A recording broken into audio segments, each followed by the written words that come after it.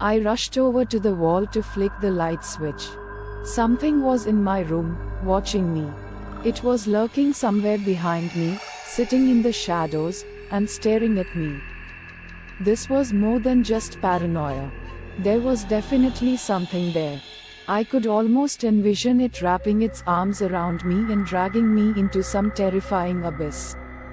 I sat in my chair and stared at my shadow on the ground in front of me. I watched as another shadow slowly grew over my shoulder, never taking on any definite shape. I looked back up and stared at my computer screen. I thought maybe that if I believed it wasn't there, it would just go away.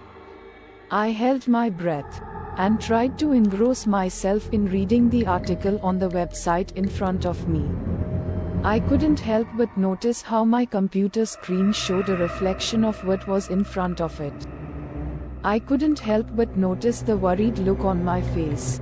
I couldn't help but notice the thing hovering behind me, staring at the back of my head. I could tell it knew I knew it was there. I screamed and threw myself against the wall, and slid to the bottom. I was crying now. Scanning the room, I searched for the thing that was behind me, but I found nothing. My room was empty, except for a mirror. My eyes lingered over the mirror on the wall across from me. I watched my black fan twirl around and around through the mirror. I watched how the shadow of the fan moved all around the room. I watched how the mirror slowly began to tilt till I could see myself in it. I watched as a dark scaly hand grasped my shoulder. I was entranced by my own reflection. All I could do was sit there as I watched the black abomination cup my face.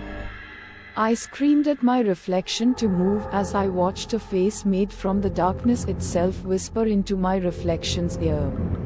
I gazed in horror as my reflection stood up and walked to the window. I gasped in pain when he smashed the glass with his fist. I tried to hide my eyes when I saw him pick up a broken piece of glass. I tried to look away when he forced me to stare into his eyes. I sensed his thoughts in my head. They said to me that if I was afraid to look, then I don't need to look. Everything became tinted red when my reflection brought the jagged object across his eyelids. Yet, there was no blood. Not for him. He just smiled. He walked back over to the black abomination. It again drew him near and whispered into his ear. I could see it chuckle. I cried in despair when I saw a tear roll down my reflection's face. I cried in pain when he jabbed the jagged glass into his throat. I awoke in a cold sweat and rushed to the wall to flick the light switch.